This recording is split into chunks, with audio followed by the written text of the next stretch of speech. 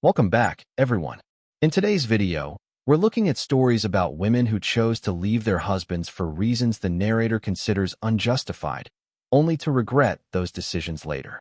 Let's get started. So here's how I learned how to meet my own needs after divorce. So I'm that girl that was in relationships from the time she was 14 years old until at 31, I looked at my husband and I was like, peace out, dude, I'm gonna go do me now. But it didn't take me long after leaving my marriage to just find the next guy. The thing was, the next guy was a lot younger and I knew that it wasn't going to last forever. He looked at me the same way. It was a casual thing. But ending that casual thing, that's when it got really hard. Casual guy and I are still great friends, but separating that meant me going out on my own emotionally for the first time since I was 14 years old.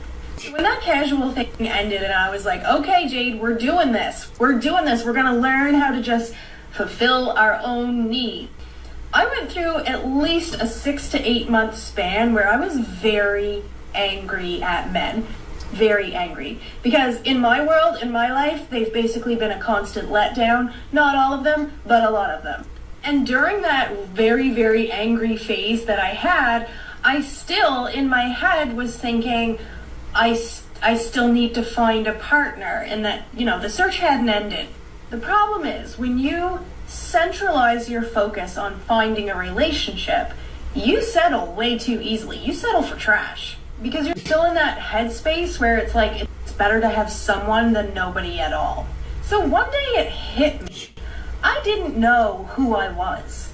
I had been a stay-at-home mom for years, and everything had just been a focus on the kids and everything. And one day I was like, I don't even know what I like. I don't know what I like to do. When it hit me that if I just took the energy and the focus that I had put on men and focused it on learning new skills, cultivating friendships with good boundaries with men, and traveling or doing what it is that I want to do, it was revolutionary.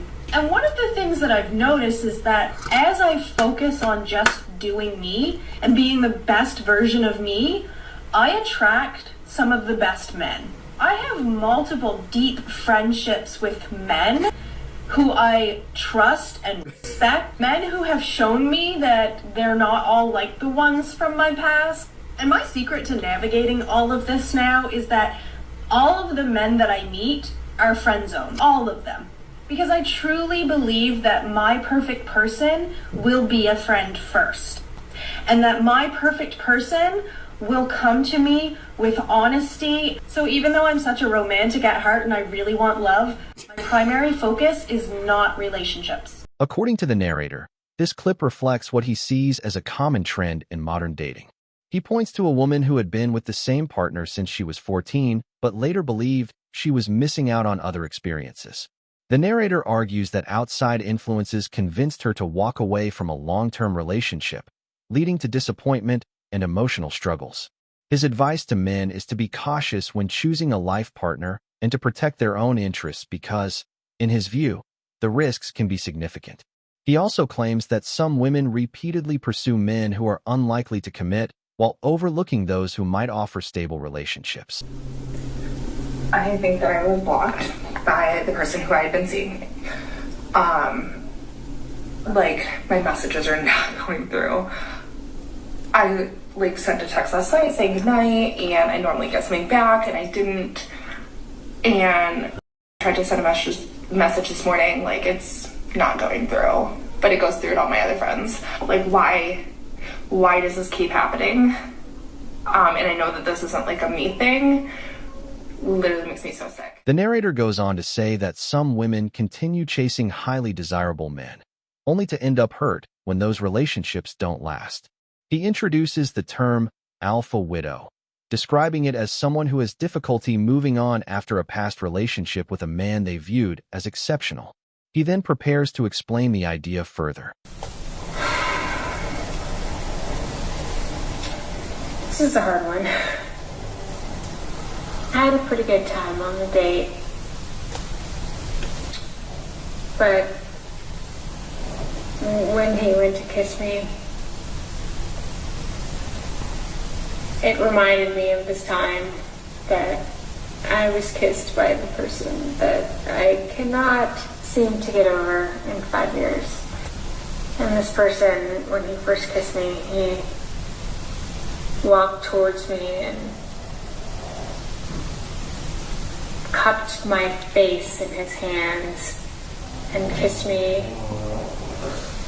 And it was like a movie, you know, that moment where it was just so glorious and both of you want it so bad. And so tonight when that happened, it was nice. It was nice that he wanted to kiss me, and I definitely wanted to kiss him. I mean, I'm attracted to him, which is rare, which is nice. I'm fine with that. But at the back of my mind, I just remembered that time when I fell in love with someone else. And it just kind of dirties the feelings that I could have. I'm stuck on that old person. And I hate that. The narrator explains that, in his opinion, an alpha widow is a woman who remains emotionally attached to a former partner and struggles to fully move forward. He believes this emotional attachment can affect future relationships and argues that many divorced women fall into this pattern.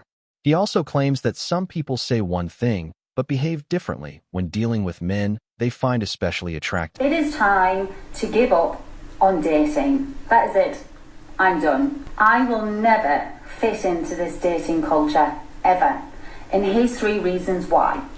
1, I don't multi-date. If I'm dating someone, I won't continue swiping, looking for the next best thing. You have my full attention. I'm not talking to multiple people and putting this into some form of competition. That's not my style. I can't do it. Secondly, I don't ghost. Why? Because I'm an adult and I can actually have a conversation and explain how I feel quite clearly. 3, I don't play mind games, any form of games. What you see is what you get. I won't blow hot and cold. I'll never be in doubt with how I feel about you, and I like the same back. To wrap things up, the narrator offers his own interpretation of the woman's statements. He argues that when she says she doesn't date multiple people, ghost others, or play games, those standards only apply to the men she truly wants, while she behaves differently with everyone else. He ends by encouraging men to stay focused on their personal goals, keep improving themselves, and avoid getting distracted. Finally, he thanks viewers for watching, invites them to share their opinions in the comments, and reminds them to like, share, and subscribe if they enjoyed the video.